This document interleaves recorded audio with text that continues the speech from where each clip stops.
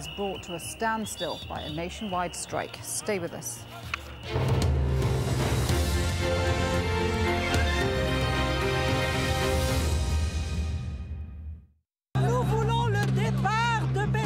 As Washington's allies stumble,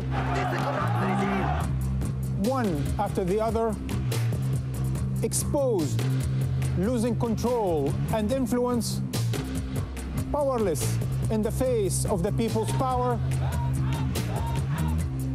we ask, is this the dawn of a new Middle East? Empire at this time on Al Jazeera.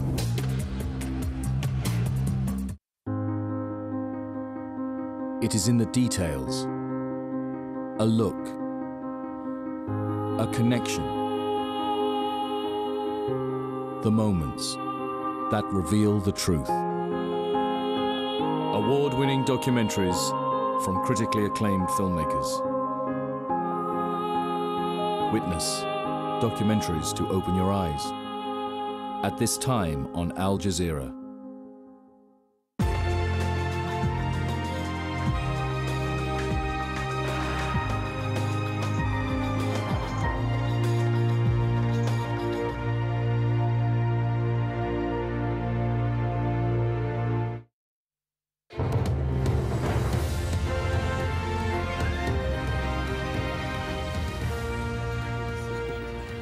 Hello, welcome back. Here with Al Jazeera. The top story this news hour. Crowds have gathered in Cairo's Liberation Square once again on this 14th day of anti-government protests. The opposition group, the Muslim Brotherhood, told Al Jazeera it's reviewing its decision to take part in talks with the government. Well, let's take a look at how things have developed over the last 2 weeks. Inspired by the uprising in Tunisia, anti-government protesters took to the streets in large numbers, calling it a day of rage. Demonstrations spread across the country on day 4. President Hosni Mubarak sacked his cabinet. The next day, he named his first vice president in 30 years. That failed to appease protesters who continued to stage large sit-ins. On Tuesday, Liberation Square saw its biggest rally of the week, dubbed the March of a Million. The protests, which have been largely peaceful, turned violent overnight, with gunfire and petrol bombs aimed at anti-government protesters on the square.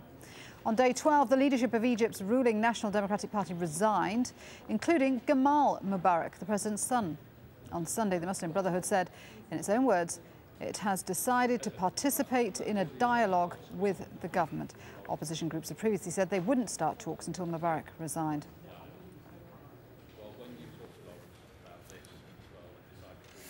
OK, well, joining me in the studio now is Dr. Mahjoub Zweri, professor at Qatar University here in Doha. Good to have you with us.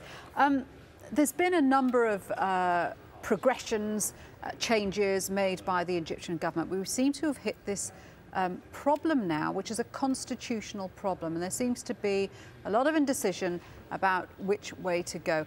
The bald fact is, if Mubarak were to step down right now, that would leave a big problem in terms of organising elections. Who said in the past, when there is a revolution, everything will be on right track? Revolutions mean the society should go through sort of chaos, but some chaos can be managed, some chaos cannot be managed. I think what we are speaking about is something just to delay the progress which those people they have achieved on the street. A delay by the government. A delay by the government. Yes. Who said in the past that all of the change is being suggested by the government in the last 10 years to give the president more authority? This can be this reviewed in 6 months, reviewed overnight, or 2 weeks, or less than or more than this, maybe 1 month. I think the time is being misused for just to delay any kind of a progress. Well, you now have the United States coming in, yes, and they now seem to be suggesting that perhaps Mubarak should stay. They try to say this is not our position as the government, it's the position of our envoy. So this is the American way of handling things. I mean, if you allow me just to put 2 things in perspective about what happened in the last 24 hours. When I did say yesterday here in Al Jazeera that I'm not optimistic about the dialogue between Al-Ikhwan and Omar Suleiman for two reasons. One, Al-Ikhwan went to explore what is the tension, why all of this about, what is it about, what the government, or especially Omar Suleiman, what he can deliver to them. And it seems to me, according to their statements, nothing's been changed. The second one is there was a strong pressure on them from their own people in different places in Egypt. Why you are not in the picture? Go and participate, go and listen to them.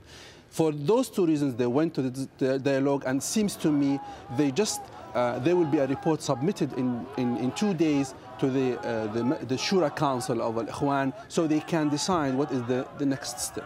The second issue I want just to raise quickly here is that there is a lack of leadership now.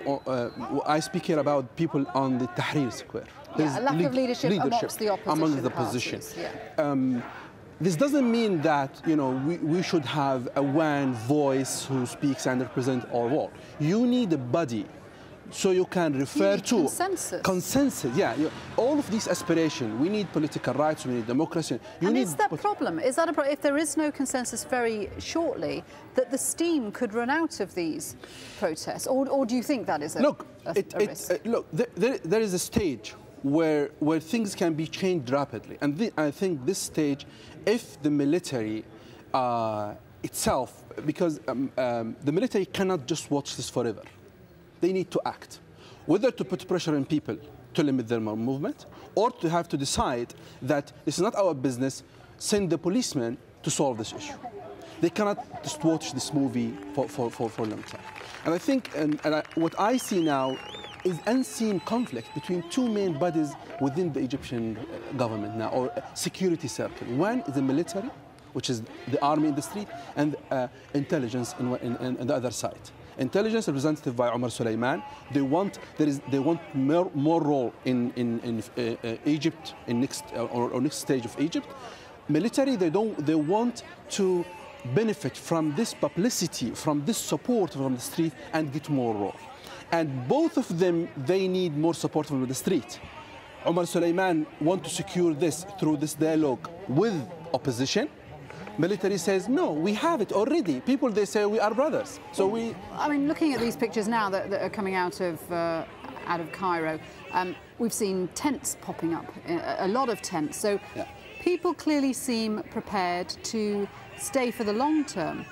What is clear is that whatever happens in Egypt's future, there's going to be a lot of damage to repair, and not just financial damage. Yeah, this takes me to the point where there is no revolution in the last 400 years without confrontation, without clashes.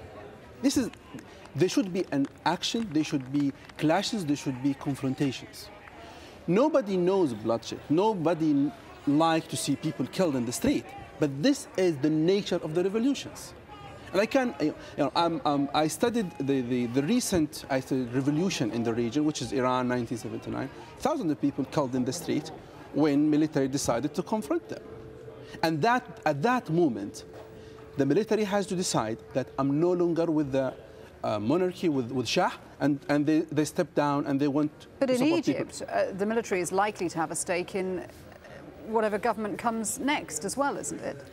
Yes, but still, the military has not reached the point to make tough decisions. But if it plays its cards right, it can still be in a position of power, no matter what. Yes, but they have not chosen yet to which part, whether with the people. And that's the crucial thing. Yes.